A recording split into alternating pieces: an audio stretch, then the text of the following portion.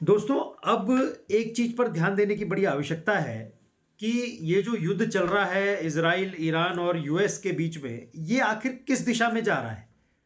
क्या इसका कोई अंत नजर आ रहा है? क्यों इतना बम्बार्डमेंट हो रहा है? कौन से लक्ष्य को हासिल करने के लिए अब ये लड़ रहे हैं आपस में? तो ये बड़ा एक असमंजस सा होता जा रहा है दिन पर दिन। 20 दिन आज हो चुके हैं, पर लेकिन किसी नतीजे की तरफ ये युद्ध नहीं पहुंचा है। आखिर इसके पीछे का कारण क्या है? चलिए आज थोड़ा-सा इसके बारे में मैं समझाने का प्रयास करता हूँ। मेरे सभी मित्रों को बहुत-बहुत नमस्कार। दोस्तों, कुछ दिन पहले मैंने एक वीडियो बनाई थी, जिसमें मैंने ये बताने का प्रयास किया था कि ये युद्ध क्यों हो रहा है? जिसके अलग-अलग जो कारण थे वो मैंने आपको बताए थे। आज 20 दिन इस युद्ध को हो चुके हैं, 28 फरवरी से लेके आज 19 मार्च हो चुकी है। 20 दिन के बाद ये युद्ध अब कहाँ जा रहा है?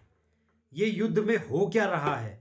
किसकी भूमिका क्या है? ये अब बड़ा एक क्वेश्चन मार्क सा बनता जा रहा है दिन पर दिन। इसके लिए मैं 2-3 चीज़ों को आपको समझाने का प्रयास करूँगा और आपके जो उसमें वैल्यूएबल कमेंट्स हैं, जो कुछ और अगर जानकारी आप कुछ ऐड ऑन करना चाहेंगे, तो आप ज़रूर मुझे कमेंट बॉक्स में बताइएगा। इसके लिए बात करते हैं हम तीनों देशों की अलग-अलग रूप में। सबसे पहले हम बात करते हैं इज़राइल की। देखिए दोस्तों, क्या है कि इज़राइल के लिए ये जो युद्ध चल रहा है, वो है एक्जिस्टेंशियल वॉर, अस्तित्व की लड़ाई। क्योंकि ईरान जो है, जो अली खामेनेई, जिनकी 28 तारीख को जिसकी हत्या हो चुकी है जो बॉम्बार्डमेंट में, तो अली खामेनेई ने कई बार ये कहा है कि साहब हम यहूदियों को या पारसियों को जिंदा नहीं छोड़ेंगे, हम इजराइल देश का नामो निशान मिटा देंगे। तो इजराइल जो लड़ रहा है वो तो लड़ रहा है अपने अस्तित्व की लड़ाई। और ईरान के जो ब्रेन चाइल्ड थे, हूती, हमास और हिजबुल्ला जो हैं, जो कि सीरिया, लेबनान और पैलेस्टीन में जो निवास कर रहे हैं या जो जो रह रहे हैं, जो कि अचानक से इसराइल पे हमला कर देते थे, तो इसराइल उनसे लगातार हर फ्रंट पे लड़ रहा है। तो इसराइल की लड़ाई का तो समझ में आता है कि साहब वो ईरान को ख़त्म कर देगा, तो ये हिजबुल्ला और हमास और हूती ये जो है ये ऑटोमेटिकली ख़त्म हो जाएंगे। इसके कारण वो लेबनान में और सीरिया में और पैलेस्टीन में जो है वो बम्बार्डमेंट कर रहा है। साथ ही ईरान में भी जितने भी मिलिट्री के जो बंकर्स वो हैं, जो हायर ऑफिशियल्स हैं, जो आप बड़े बड़े इनके जो लीडर्स हैं, उनको ख़त्म कर रहा है। तो इसराइल की बात तो समझ में आती है। अब बात करते हैं अमेरिका की। अमेरिका की तो दोस्तों स्थिति ऐसी हो गई है कि ना अब उगला जाए ना अब निगला जाए। क्योंकि हो क्या रहा है, जो अमेरिका की हमेशा से एक स्ट्रैटेजी रही है कि कभी-कभी या तो कहते हैं अति उतावलेपन में आकर अमेरिका जो है वो दूसरे देशों को डिस्टर्ब करने की कोशिश करता है। जैसे कि उन्होंने अफ़गानिस्तान में किया, सीरिया में किया, अभी वेनेज़ुएला में किया। तो इनकी बेसिकली इस युद्ध के टाइम पर भी सोच क्या थी? वो सोच ये थी कि हम जो है पहले ही दिन जो है इनकी टॉप लीडरशिप को ख़त्म कर देंगे। इसके बाद 50-100 मिसाइलें और मारेंगे, जिससे कि जनता में विद्रोह पैदा होगा और जनता जो है वो विद्रोह के साथ अब सड़कों पे उतर आएगी और वहां का तख्ता पलट हो जाएगा, जो कि जनता के हाथों होगा। फिर उसी जनता में से अपना एक नेता ये लोग चुन के अमेरिका अपने पपेट के रूप में उसको वहां बिठा देता और ईरान पे और सारे जितने भी वहां पे जो आपके तेल का जितना भी भंडार है उन पे अपना कब्जा कर लेता और उनको कंट्रोल करता। ये बेसिकली एक अमेरिका की स्ट्रेटेजी थी कि हम ये ऐसा करेंगे जैसे और जगह हुआ यहां भी होगा। अब हुआ क्या? ना तो पहले दिन 28 फरवरी को कोई जनता की तरफ से आवाज नहीं आई। 1 तारीख हो गई, 2 तारीख हो गई, कई तारीख निकल गई। आज 20 दिन के बाद भी जनता की तरफ से किसी किस्म का कोई अग्रेशन सामने नहीं आया। अब वो चाहे डर के मारे नहीं आया या वो वहाँ के जो सुप्रीम लीडर्स थे उनकी जो बहुत ज़्यादा कहते हैं क्रुएलिटी की वजह से जो है वो जो जिनोसाइड वो लोग करते हैं, कोई भी चीज़ जो भी चीज़ और कई कारण हो सकते हैं, वो जनता बाहर नहीं आई। तो यहाँ पे अमेरिका की जो स्ट्रैटेजी थी वो काफ़ी हद तक फेल हो गई। अब जब फेल हो गई, अब अमेरिका को ये हुआ कि साहब अब मैं करूं क्या? तो कभी अभी आपने 3-4 दिन पहले ये सुना होगा कि साहब उसने 7-8 देशों से जो है वो मदद मांगी है कि साहब, मदद तो खैर मैं नहीं कहूंगा, उसने डिमांड की है, रिक्वेस्ट तो नहीं करी है, पर डोनाल्ड ट्रंप ने डिमांड की है कि आई डिमांड कि जो ये सारे जो देश हैं, जिसमें कि आपका साउथ कोरिया हो गया, आपका ऑस्ट्रेलिया है और फ्रांस है और चाइना भी है और आपका इंडिया भी उसमें था साथ में। एक बार इंडिया हालांकि परोक्ष रूप से वहाँ पर है और आपका जापान है।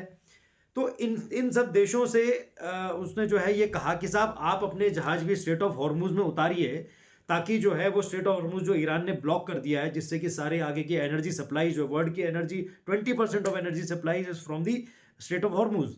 तो वहां पे जो उसने ईरान ने उसको ब्लॉक किया है उसको हमको खोलना है, तो आप भी अपने युद्धपोत उतारिए समुद्र में और स्ट्रेट ऑफ हॉर्मुज को खोलने के लिए हमारी मदद कीजिए। अब इसमें भी कोई बात नहीं बन पाई अमेरिका की, क्योंकि जापान ने और ऑस्ट्रेलिया ने तो बिल्कुल क्लियर कट मना कर दिया कि हम कोई अपना वहां पे कोई युद्धपोत नहीं उतारेंगे। फ्रांस ने यह कहा कि साहब हम अभी जो है स्थिति को समझ रहे हैं, देख रहे हैं, और जब स्थिति थोड़ा सा हमें प्रॉपरली समझ में आएगी कि करना क्या है तो हम उसको आगे बढ़ाएंगे। यूके ने कहा कि जब अभी बहुत अर्ली है ये सब करना, और अभी हम पहले अमेरिका से ढंग से बात करेंगे, जब बातचीत हो जाएगी तो हम इसको फिर अपने युद्ध में उतारेंगे। तो कुल मिला के किसी भी देश से अमेरिका को इस समय समर्थन नहीं मिला स्ट्रेट ऑफ हॉर्मुज को लेकर या ईरान युद्ध को लेकर। परोक्ष रूप से बात कोई कुछ भी कर रहा हो एक अलग बात है, पर प्रत्यक्ष रूप से अमेरिका के साथ फिलहाल अभी कोई देश नहीं आया है। अब क्या हुआ, अब इससे बौखला के जो है अमेरिका ने, डोनाल्ड ट्रंप ने जो है वो नेटो कंट्रीज जो है उनसे वो करी, रिक्वेस्ट करी कि साहब आप नाटो जो है हमारा साथ दे। नाटो ने भी नकार दिया इस बात को कि तो उसने नाटो को भी धमकी दे दी डोनाल्ड ट्रंप ने कि नाटो के लिए जो है वो भविष्य जो है वो बहुत काला होगा और बहुत खराब भविष्य होगा। तो इस वक्त की स्थिति ऐसी हो गई है अमेरिका की कि वो बम्बार्डमेंट कर रहा है, तो क्यों कर रहा है? तो या तो वो वर्चस्व की लड़ाई में आ चुका है, पहले तो लड़ाई कुछ और थी, वो वर्चस्व की लड़ाई में आ गई। लास्टली अमेरिका के राष्ट्रपति डोनाल्ड ट्रंप ये कह रहे हैं कि साहब हमको किसी की जरूरत नहीं है, हम अकेले ही हमारी नेवी और एयरफोर्स जो है वो सब कुछ कर सकती है। इसमें कोई शक नहीं है कि US is the super power, चाहे वो इकोनॉमिकली हो चाहे वो मिलिटरीली हो, तो वो सुपर पावर है, इसमें कोई शक नहीं है। पर लेकिन उस सुपर पावर का 20 दिन के बाद भी ये हश्र हो रहा है, ये अभी तक किसी ने बहुत ज्यादा सोचा नहीं था या ये एक्सपेक्ट नहीं किया था।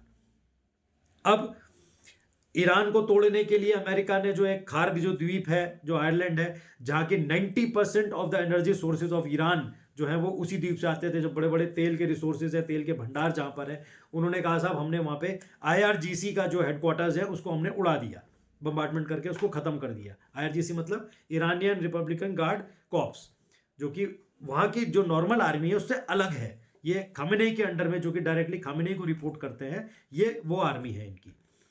तो उन्होंने वहां बम्बार्डमेंट कर दिया। पर लेकिन अब उसके बाद भी क्या, बम्बार्डमेंट आपने कर दिया, उड़ा दिया, पर लेकिन जब तक आपने बूट्स ऑन द ग्राउंड, मतलब अगर आपने अपनी इन्फेंट्री को वहां नहीं उतारा तो उसको अब कंट्रोल कौन करेगा? वो तो फिर से ईरान वाले वहां आ जाएंगे और वो कंट्रोल कर लेंगे। तो ये बड़ी अजीब सी स्ट्रेटेजी है अभी यूएस की, समझ में नहीं आ रही कि वो इस युद्ध में क्या चाह रहा है, कहां को जा रहा है, और वो किससे कैसे आगे रिटेलिएट करने की उम्मीद कर रहा है, या खुद वो आगे क्या करेगा, अभी कुछ इसके बारे में समझ में नहीं आ रहा। टॉप लीडरशिप उसने खत्म कर दी यूएस ने, इसके बाद और भी जो उसके बाद नए लीडर्स बनाए वो भी खत्म कर दिए हैं। तो अब क्या, व्हाट नेक्स्ट, वो क्या चाह रहा है? ईरान पूरी तरह खत्म होगा तो करेगा, तो उसके तो अभी कोई चांसेस ऐसे दिख नहीं रहे। बम्बार्डमेंट बहुत ज्यादा हो रहा है, पर लेकिन तब भी ईरान बहुत रिटेलिएट कर रहा है।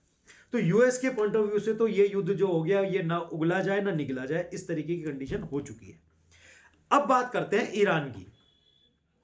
दोस्तों, इस पूरे युद्ध के जो सिनेरियो है, ईरान एक बहुत बड़ा सरप्राइज पैकेज बन के उभरा है, जिसकी इतनी उम्मीद किसी ने नहीं की थी कि ये ईरान इतनी देर तक इतने जबरदस्त ढंग से टिकेगा और रिटेलिएट करेगा इस युद्ध में, यूएस के खिलाफ और इजराइल के खिलाफ। अब अगर हम ईरान के पॉइंट ऑफ व्यू से देखें तो वो भी अपने आप को बचाने की लड़ाई लड़ रहा है, साथ ही एक रेवेंज भी कर रहा है, एक जो बदले की लड़ाई है उसको भी लड़ रहा है कि साहब आपने हमारी जो है टॉप लीडरशिप खत्म कर दी, ये कर दी, हम आपको छोड़ेंगे नहीं। उसके बाद आपने हमारे आईआरजीसी पे भी जो उनके जो वो अली रेजा और क्या नाम थे उनके, वो लोग जो उनको मार दिया आपने। तो ईरान की जो लड़ाई हो रही है वो इस समय कई फ्रंट पे एक साथ चल रही है। और जो ईरान के फॉरेन मिनिस्टर है अब्बास अरागची, उनका ये कहना है कि अभी तो हमने असली मिसाइलों का जखीरा निकाला ही नहीं है बाहर, जबकि सारी बैलिस्टिक और क्रूज मिसाइल्स वो डाल रहे हैं, जिसका कि किसी को इतनी उम्मीद नहीं थी कि ईरान के पास इतना बड़ा जखीरा है। हालांकि ईरान एक ड्रोन जो वॉरफेयर जो ड्रोन से जो चल रहा है उसके लिए एक बहुत बड़ी इंडस्ट्री थी। ईरान लाखों के हिसाब से ड्रोन जो है वो मैन्युफैक्चर वहाँ करता था और बाकी सभी देशों में देता था। जैसे उसने रशिया को दिया था जब रशिया और यूक्रेन का युद्ध चल रहा था, तो उन्होंने ईरान ने रशिया को भी काफ़ी दिया। तो उस रूप में देखा जाए तो ईरान तो काफ़ी सक्षम था, पर लेकिन इतना ज़्यादा रिटेलिएट करेगा ये इसकी उम्मीद कम थी। खैर, अब बात ये आती है कि साहब ईरान इतना दिन लड़ कैसे रहा है, इसको कहां से सपोर्ट मिल रहा है, कौन इसका सपोर्ट कर रहा है, क्या हो रहा है और ईरान की स्ट्रेटेजी अब क्या है। कुछ दिन पहले जो मुस्तफा खामेनेई है, जो कि अली खामेनेई के बेटा है, जिसको कि इस समय ईरान की कमान जिसके हाथ में है, उसका एक स्टेटमेंट आया था कि हमने स्ट्रेट ऑफ हॉर्मुज को ब्लॉक कर दिया है, जिसके कारण कि जो रेस्ट ऑफ यूरोप है उसकी जितनी एनर्जी की जो डिमांड है वो सब हम ब्रेक कर देंगे। और ब्रेक क्यों करेंगे? वो ये चाहता है कि जो तेल की जो कीमत है वो अगर $200 प्रति बैरल पार कर गई तो ये उनकी सबसे बड़ी जीत होगी। मतलब उनको ये तो पता ही है कि हमने तो मरना ही मरना है, हम तो हारेंगे ही हारेंगे युद्ध। हम अमेरिका के सामने, इजराइल के सामने इतने दिन नहीं टिक पाएंगे, बहुत ज्यादा नहीं टिक पाएंगे। पर लेकिन पूरी दुनिया में हाहाकार को लाना या पूरी दुनिया में एक मैस क्रिएट करना, ये उनका इस समय प्राइम जो एम है वो ये है। मतलब ये युद्ध जो है अब मिलिट्री वॉरफेयर से हटके इकोनॉमिक वॉरफेयर की तरफ धीरे धीरे जा रहा है, जहां तक मेरे को लग रहा है। क्योंकि ये उनका स्टेटमेंट था कि जिस दिन $200 प्रति बैरल रेट हो गया तेल का, उस दिन सारी दुनिया अमेरिका के ऊपर ही ठीकरा फोड़ेगी कि तुम्हारी वजह से हम सब बर्बाद हो गए। कई देशों की इकोनॉमिक क्रैश हो जाएगी, सारे बैंक्स खत्म हो जाएंगे, सारा जो वर्ल्ड लेवल पे जो जियो पॉलिटिक्स जो है वो सारी की सारी धरी की धरी रह जाएगी। तो ईरान की स्ट्रेटेजी ये है। अब बात ये आती है कि साहब जब आपकी सारी लीडरशिप खत्म हो गई, बाकी आपके सारे जो और जितने भी आपके मिलिट्री के जो टॉप ऑफिशियल्स थे वो सारे खत्म हो गए, आपके बहुत सारे बंकर्स खत्म कर दिए। इनफैक्ट जो बंकर के ऊपर जो मिसाइल डाली 100 फुट नीचे जाके वो जो है वो मिसाइल जो है वो ब्लास्ट हुई हैं, इनसे इनके बहुत सारे मिसाइल के जखीरे खत्म हो गए। तो तब भी ईरान आखिर लड़ कैसे रहा है, कौन इसको हेल्प कर रहा है? देखिए दोस्तों, जहां तक मुझे उम्मीद है कि रशिया और चाइना इसको हर हालत में सपोर्ट कर रहे हैं। सपोर्टर तो थे ही, पर वो डायरेक्टली भी अब उतर के इस पे सपोर्ट उन्होंने शुरू कर दिया है। अब आप देखिए कि जब ये बताया गया, कुछ टाइम पहले एक रिपोर्ट आई साहब कि 28 तारीख को जो है मुस्तफा खामेनेई जो है वो भी वहां पर उपस्थित था। भले ही उस मीटिंग हॉल में नहीं था, पर उस कैंपस में था जहां पर ये बम्बार्डमेंट हुआ था और बाकी सारे टॉप लीडरशिप खत्म हो गई थी। उस समय इनके पैरों में चोट वोट लगी, जो भी हुआ काफी ज्यादा इनको नुकसान पहुंचा। तो मॉस्को से एक स्पेशल प्लेन इनको लेने के लिए आया मुस्तफा खामेनेई को, और उसको लेके गया, जिसका कि इलाज मॉस्को में हुआ। तो ये क्लियर इंडिकेशन है कि रशिया पूरी तरीके से ईरान का साथ दे रहा है।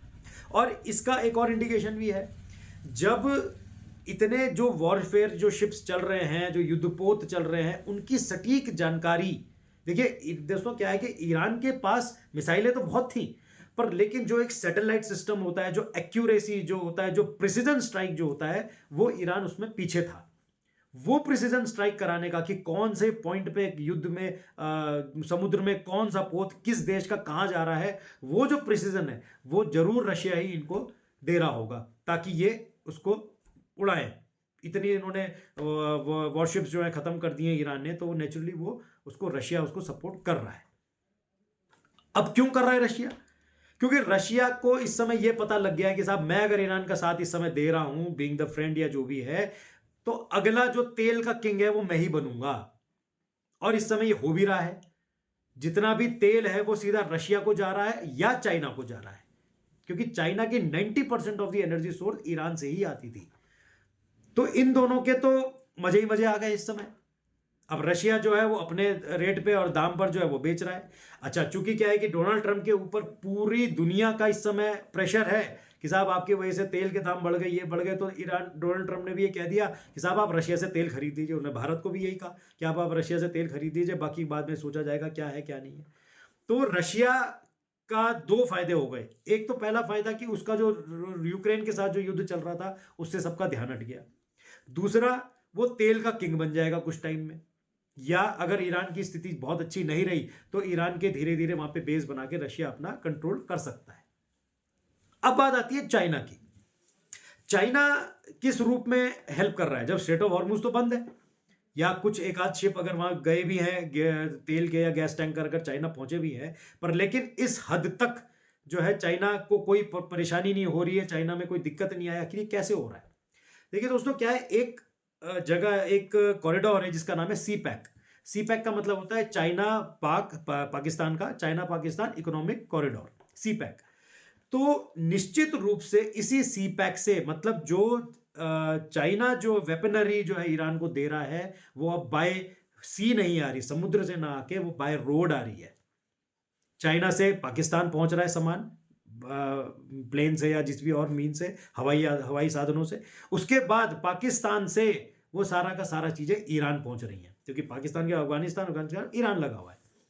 तो पाकिस्तान जो इस समय स्ट्राइक जो अफगानिस्तान पर कर रहा है, वो भी इसका कहीं ना कहीं एक उसका जो है छुपा हुआ अंश है, ताकि वो उसके आड़ में अपने वेपन्स जो है वो ईरान तक पहुंचाएं।